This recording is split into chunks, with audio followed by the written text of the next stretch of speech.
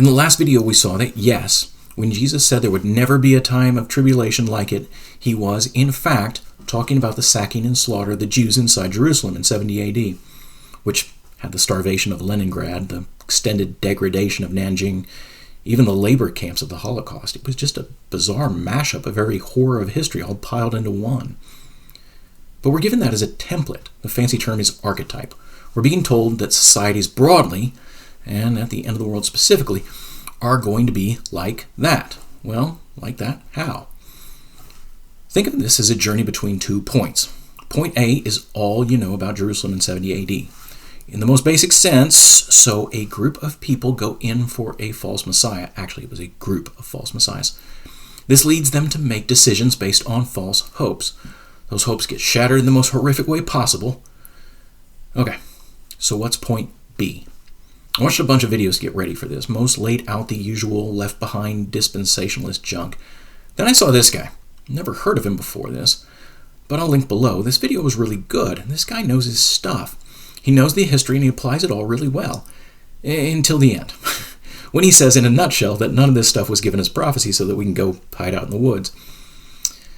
Even then, he wasn't entirely wrong. His point is that the Bible is not foretelling the future so that I can selfishly keep all the messy bad stuff from ever touching us. He's right there. On top of that, certainly those passages make it clear that some people would be called to make the ultimate sacrifice and martyr themselves. But for most people, we get this formula from Daniel which fits our Jerusalem siege. We talked about this in the last video. 1,260 days from the time the Jews cut off the Roman sacrifice in the temple in the spring of 67 AD to the destruction of the temple, a temple that was never rebuilt. That number isn't here, but it's earlier in Daniel, and it factors into several of the Revelation passages. Exactly 30 days later, the last holdouts in the city were killed, and the Romans planted their banners on the temple, which is what I believe that 1290 number is referring to here. And then we don't have the exact number of days that the Romans rounded up all the surviving Jews in the city, but the sources make it plain that it would have been right around that. So a 45-day-long rape and pillage spree, ending when the Roman general Titus took all the surviving prisoners and sent them off into slavery. But that would have left anyone that could have stayed hidden during that time, which gives us the meaning of the last part of the passage. Blessed is the one who endures. Like Jewish families hiding in attics during World War II, just hold on. That passage is saying, and you'll make it out of this thing. So, make it out of what? Let's start unraveling those prophecies. Our starting point should probably be the so-called weeks of Daniel. I know I say this again and again, but this is yet another point where our theologians really need to learn a little history. You see, almost every biblical scholar thinks that this refers to some generic period of 7 years. That's not possible. Because in ancient times, there were no widely accepted standardized calendars for anyone to say, in year such and such. Saying the year 55 would mean one thing to one person and something totally different to a person living in a different region. This was true almost everywhere. However, both the Greek and Hebrew historians were able to get around this by attaching numbers to well-known events. The Greeks did it with the Olympic Games. They could say 10 Olympics ago, or between the 112th and 113th Olympic Games. After the return of the Jewish remnant from exile in Persia, the Jews could do this too, with the Shemitah, the sabbatical year, which they reinstituted somewhere in the early 400s BC. You see, in a sabbatical year, no one tends crops. It was an act of faith that they would have enough food for those years. And so the sabbatical years became a religious touchstone in their way of thinking. The writers in the book of Kings use this image specifically at the end of 2 Kings when they say basically now we're all dead or carried off into exile, so now the land will finally get all those Sabbath years that we didn't have the faith to carry out. Well, the remnant that returned in the 400s BC did have that faith. They planted crops 6 years in a row, then planted nothing in the Sabbath years. And so those Sabbath years gave anyone wanting to express a time period a way to do it. Just like with the Olympic calendar, you could say, like our Daniel passage does here, hey Daniel, that Messiah you're waiting for is going to be cut off in 62 sabbatical years. Go forward 6 more after that, because the first part of the passage says we're carving out a chunk of 70 of these things. And it says that in the middle of the Sabbath year, temple worship will be cut off. We talked about this last time. Josephus tells us that the growing season between 66 and 67 AD is when they cut off the Romans from temple sacrifice. And he says that was right in the middle, so 3 years on either side between 2 Sabbath years. He says the Roman siege of 70 AD happened. Now, the end of the book of Daniel tells us when this is going to happen. Sort of. Our translation here gets vague with the times, and half a time nonsense. The word means a cycle, and typically refers to a cycle of seasons, which is why some translations will say year, years, and half a year, since one cycle of seasons equals 1 year. So that's really not the worst translation. The only trick here is that this passage tells us exactly what kind of cycle it's referring to, and it's not seasons. It says when the power of God's people is broken. So we're talking about cycles of influence. The influence of people that God calls his. Think in terms of societies rising and then falling, this roller coaster of principled people building up society, then losing those principles and falling apart over and over.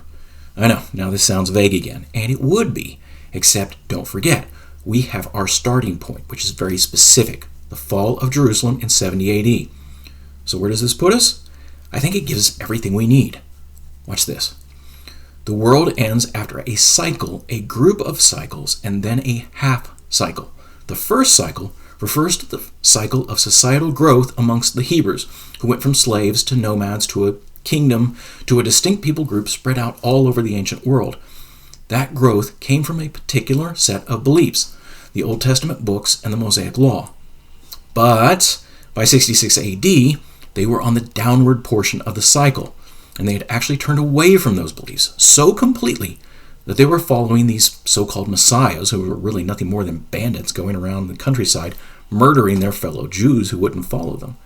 This societal breakdown made the slaughter at the hands of the Romans inevitable. Obviously inevitable. I mean, an oppressed underclass believing their messiah would make the odds meaningless was going to fight the Romans to the death. That was always going to happen at that point. But what about these times? The plural here could mean 2, or it could mean more than 2. But it's the only thing separating the fall of Jerusalem from the end of the world. So to be prophetic, it would have to be a cycle that characterizes the entire church age, from the spread of Christianity in the 1st century AD right up until today. So, is there some sort of pattern, a little like our Jerusalem siege, yet somehow different, that happens again and again? Why, yes, there is. In past videos, I've talked about the anacyclosis cycle, a cycle of rise and collapse theorized by the Greek-born Roman historian Polybius. It took the collapse of all sorts of Greek city-states, and it pointed out how they all seem to go through a set of basic stages, rising to prominence before becoming decadent and falling apart. Anacyclosis had 6 stages. The one at the beginning of Revelation has 7 because, of course, it does. Everything in Revelation is 7. The 7 here works a lot like anacyclosis. And this is not a coincidence. As it says, I will show you what is and what is to come. Then, in that passage, we get the 7 churches. 7 groups of Christians at 7 different stages, starting with a group that's just starting out, and ending with a group that's already at the lukewarm stage, the I just do this because it's what I grew up with stage. Now, maybe at some point I'll deep dive Rome or Scandinavia or England or someplace like that and show you how nation after nation goes through all 7 of these stages. But for now, just talking about collapse, our key stage to mark the decline is stage 4, the Church of Thyatira, the group that, as it says, tolerates that woman Jezebel, the dragon lady of the Old Testament, who ruled through her husband, King Ahab. This is the stage where a comfortable society, no longer surrounded by war or constant hardship, casts off its macho culture and starts navel-gazing. Rome was once characterized by Romanitas, the stoic citizen, soldier, farmer ideal. Then, over the generations of empire, it became the victim of its own success.